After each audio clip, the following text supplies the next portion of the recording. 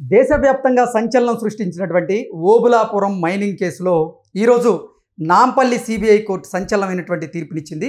ఈ కేసులో నిందితుడిగా ఉన్నటువంటి గాలి జనార్దన్ రెడ్డికి 7 సంవత్సరాల పాటు జైలు శిక్ష విధిస్తూ ఇప్పుడు నాంపల్లి సిబిఐ కోర్టు తీర్పునిచ్చినటువంటి నేపథ్యంలో ఈ అంశంలో అసలు ఏం జరిగిందనేది పూర్తి స్థాయిలో మనం విశ్లేషణ చేసుకుందాం. ప్రస్తుతం మనతో పాటున్నారు జనసేన పార్టీ రాష్ట్ర అధికార ప్రతినిధి శ్రీనివాస్ గారు. సార్తో మాట్లాడదాం. సార్ నమస్తే. సార్ నమస్తే.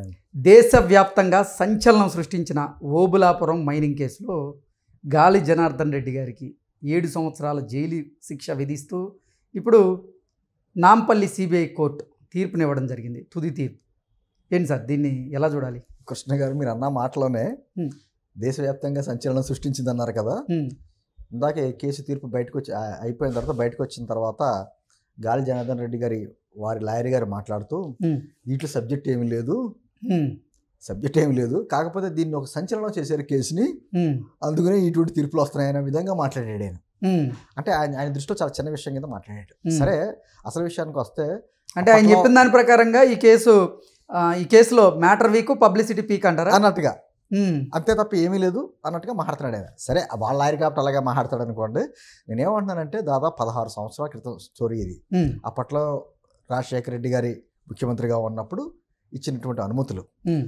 ఇష్యూ ఏంటి? ఓబులాపురం మైనింగ్ కంపెనీ అనేటువంటి కంపెనీకి అక్కడ అనంతపురం జిల్లాలో కర్ణాటక బార్డర్లో ఓబులాపురం అని, దాంతోపాటు ఇంకో 2 గ్రామాలకు సంబంధించినటువంటి పరిధిలో ఇనుప ఖనిజం తవ్వడానికి అనుమతులు ఇచ్చారు. అయితే వీళ్ళు చేసింది పని ఏంటంటే, వీళ్ళకి తీసుకున్న అనుమతులు కాకుండా పక్కన బార్డర్స్ కూడా, కర్ణాటక బార్డర్స్లో కూడా లోపలికి వెళ్ళిపోయి మొత్తం ఖనిజాన్ని తవ్వేసినట్టుగా అభియోగం. అది దాదాపు 884 కోట్ల రూపాయల ప్రజాధనాన్ని దుర్వినియోగం చేస్తున్నారన్నది కేసు.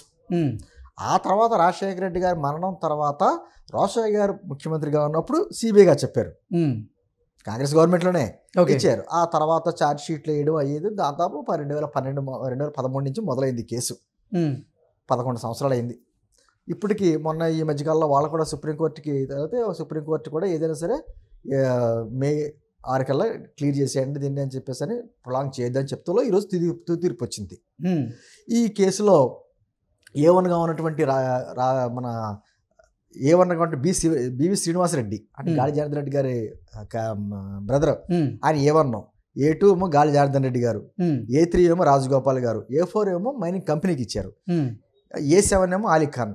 ఈ 5గురికి దోషులుగా తేల్చింది. 5గురిలో 4గురికేమో 7 సంవత్సరాల జైలు శిక్షను, ఆ కంపెనీకి ఏమో ₹1,00,000 ఫైను అనేది వేసి ఖరారు చేసింది ఈరోజు. దీంట్లోని A5గా ఉన్నటువంటి లింగారెడ్డి అన్న వ్యక్తి ఆల్రెడీ విచారణ దశలోనే చనిపోయాడు ఆయన. అయితే A6గా ఉన్నటువంటి శ్రీలక్ష్మి ఉంది కదా, ఐఏఎస్ శ్రీలక్ష్మి, ఆవిడకి 2022లోనే డిశ్చార్జ్ చేశారు కాబట్టి కోర్టు ఆవిడ లేదు. అయితే దీంట్లో ఉన్నటువంటి సబితా ఇందర్ గారు, అప్పటి మంత్రి సబితా ఇందర్ గారు, తర్వాత ఐఏఎస్ అధికారి రిటైర్డ్ అయిపోయాడు అనుకున్న కృపానందం గారు, వీళ్ళిద్దరిని నిర్దోషులుగా తేల్చింది. ఇది కేసు. అయితే చాలా విచిత్రంగా ఉంటుందండి కేసు. రాష్ట్ర సరిహద్దులు చెరిపేసి మరి తవ్వకాలు జరిగినప్పుడు, ఆరోపణలు వచ్చినప్పుడు అసలు సరిహద్దులు ఏంటి అనే ఇష్యూ వచ్చినప్పుడు ఈ సరిహద్దులు లెక్క తేల్చడానికి కొంత సమయం, కొన్ని సంవత్సరాలు గడిచిపోయింది. సరిహద్దులు లెక్క కూడా తేలిపోయిన తర్వాత 2022లో జగన్మోహన్ రెడ్డి గారి గవర్నమెంట్ వచ్చినప్పుడు సరిహద్దుల లెక్క గడువులు అనేది తెలిసిపోయి క్లియర్ అయిపోయింది కదా, ఇంకా తవ్వుకోవచ్చు మళ్ళీని అని పర్మిషన్ కూడా ఇచ్చారు. సుప్రీంకోర్టుకి ఇచ్చారు. సుప్రీంకోర్టులో అమెస్ క్యూరీ అన్నారు, అసలు ఏ విధంగా ఇస్తుంది గవర్నమెంట్ ఈ విధంగాను అనేటువంటి మాట అక్కడ సుప్రీంకోర్టులో లాయర్లు మాట్లాడారు. అసలు గవర్నమెంట్ ఏ విధంగా ఇస్తుంది పర్మిషన్ కింద, ఆల్రెడీ కేసు రన్నింగ్లో ఉండగా అన్నారు. కనీసం ప్రభుత్వానికి సంబంధించిన లాయర్లు కూడా అటెండ్ అవ్వలేదు ఇంకా. అంటే అప్పట్లో ఏ విధంగా దోపిడీ జరిగింది అన్నదానికి విచిత్రం ఏంటంటే, దాదాపు 8 లక్షల టన్నులు అప్పట్లో సీజ్ చేశారు ఇనుప ఖనిజాన్ని. కాపలాకి ఎవరు పెట్టారు తెలుసండి? ఆ ఓబులాపురం కంపెనీ, మైనింగ్ కంపెనీ సంబంధించినటువంటి సిబ్బందినే పెట్టారు. ఓకే, దొంగలకే చేతులకి తాళాలు ఇచ్చిన చూసారా, అలాగా సీజ్ చేసిన దాంట్లో 1,00,000 టన్నులు తరలించేశారు ఆల్రెడీ. అప్పట్లో సిబిఐ అధికారులు సీజ్ చేసినటువంటి ట్రక్స్ ఇవన్నీ ఉంటాయి కదా, అవన్నీ స్క్రాప్ కింద అమ్మేశారు. మీకు విచిత్రం చూడండి, స్క్రాప్ కింద కూడా అమ్మేశారు. ఈ కేసులో ఆల్రెడీ గాలి జనార్దన్ రెడ్డి గారు 3.5 సంవత్సరాలు జైలు శిక్ష కూడా అనుభవించాడు. ఆయనకు కూడా కోర్టు అప్పట్లో మరి వీళ్ళందరినీ ప్రభావితం చూపిస్తాడు అని చెప్పేసి అనే ఉద్దేశంతో బళ్ళారి కానీ అనంతపురం కడప వెళ్ళకూడదు అనేటువంటిది కూడా నిబంధనలు పెట్టారు. సరే కొన్ని సందర్భాల్లో నాకు మనవడు పుట్టాడు, నా కూతురికి బిడ్డ పుట్టాడు అని చెప్పేసి పర్మిషన్లు అడగడం, ఇవన్నీ చాలా వాదోపవాదాలు జరిగినాయి. దీని వెనకాల చాలామంది హస్తాలు ఉన్నట్టుగా తెలిసింది అప్పట్లో. చాలామంది ఏముందండి, మన ఆల్రెడీ ఉన్నారు కదా జగన్మోహన్ రెడ్డి గారు, వీళ్ళ హస్తాలన్నా కూడా ఉన్నాయని చెప్పేసి అని.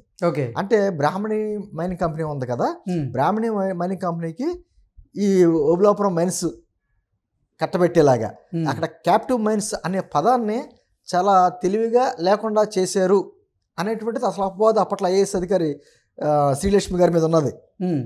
క్యాప్టివ్ మైన్స్ అన్నది లేకుండా చేసిందని నైట్ పర్మిషన్ ఇచ్చి సంతకం చేసింది మినిస్టర్గా సబితా ఇంద్రారెడ్డి గారని ఇంకొక అపవాదు. కాకపోతే వాళ్ళిద్దరి మీద సరైనటువంటి ఐఏఎస్ అధికారి కృపానందం గారి మీద సరైనటువంటి ఆధారాలు చూపించలేదు సిబిఐ అనే ఉద్దేశంతో వాళ్ళిద్దరిని నిర్దోషులుగా తేల్చేసింది. అంటే 884 కోట్ల రూపాయలు అని చెప్పేసి ప్రభుత్వ లెక్కల ప్రకారం, మామూలుగా అయితే కొన్ని వేల కోట్ల రూపాయలు దోపిడేది. అంటే ఖనిజ సంపదని, ప్రజా సంపదని ఏ విధంగా అప్పట్లో ప్రభుత్వం ఏ విధంగా దోచింది. అప్పట్లో వాన్పిక్ కుంభకోణం కూడా ఆ టైంలోనే వచ్చింది.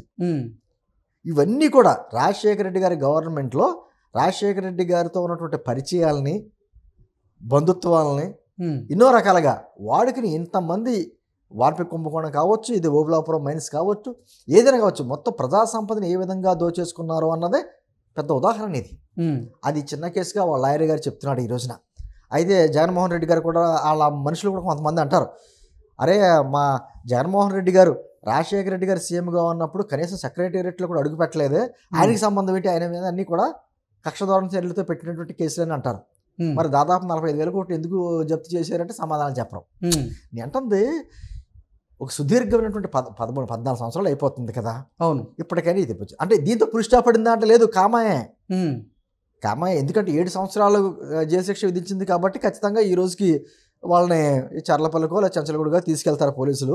మధ్యలో పోలీసులు మన ఆసుపత్రికి కూడా తరలించి ఈ మధ్యలో ఆయనకి గుండెపోటు లాంటి అన్న హాస్పిటల్లో పెడతారు, రకరకాలుగా ఉంటాయి. రేపు పొద్దున ఇలాగా హైకోర్టుకి వెళ్తున్నామని వాళ్ళు చెప్తున్నారు. హైకోర్టుకి వెళ్తారు, తర్వాత సుప్రీంకోర్టు, ఆ తర్వాత ఎప్పుడు తేలుతుందో.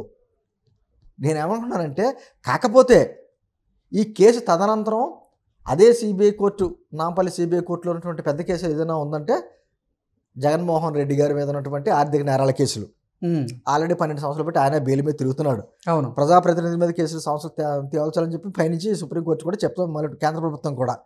ఇంకా నెక్స్ట్ లైన్లో ఉన్న వ్యక్తి ఎవరో అంటే గాలి జనార్దన్ రెడ్డి గారికి నెక్స్ట్ ఉన్నది ఎవరో అంటే జగన్మోహన్ రెడ్డి గారు. ఇప్పుడు ఆయన కేసు రెడీగా ఉంది. అంటే కృష్ణ గారు నేనేమంటున్నానంటే, ఈ కేసు ఒక ఉదాహరణ. ప్రజా సంపదని దోచేసి కూడా దాన్ని ఏ విధంగా కప్పిపుచ్చుకోవడానికి చేసినటువంటి ప్రయత్నాలు వివిధ రాజకీయ పార్టీలు మారాడు ఆయన గాలి జనార్దన్ రెడ్డి గారు. కర్ణాటకలో ఆల్రెడీ రకరకాల పార్టీలు మారాడు, పార్టీ పెట్టాడు కొన్నాళ్ళు. ఎగ్జాక్ట్లీ, పార్టీ పెట్టాడు, తర్వాత పార్టీలు మారాడు. ఆయన విలాసవంతమైన జీవితం అంతా మనకు తెలుసు.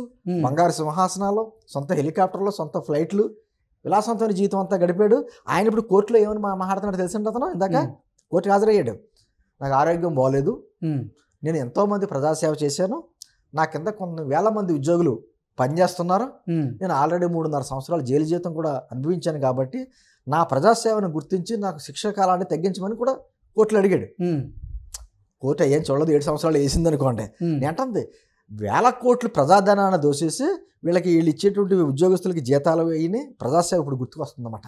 నేనేమంటున్నానంటే, ఖచ్చితంగా కఠినటువంటి శిక్షలు విధించాలి.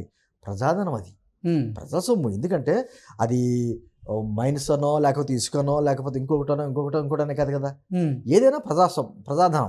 అంత ప్రజాధనాన్ని దోచుకోసిన తర్వాత పబ్లిక్గా తిరుగుతూ వీళ్ళ రాజకీయ పార్టీలు మారుతా వివిధ పదవులు కూడా అనుభవిస్తున్నారు అంటే మనం ఎక్కడున్నాం? ఇదే క్వశ్చన్ మార్క్ వస్తుంది. ఎప్పటికైనా చాలా లేట్ అనుకున్నా ఒక తీర్పు అంటే వచ్చింది. ఈ తీర్పు కూడా కామాయే, ఫుల్ స్టాప్ కాదు. రేపు వదిన హైకోర్టుకి వెళ్తారు, మరి హైకోర్టులో ఎటువంటి తీర్పు వస్తుందో తెలియదు.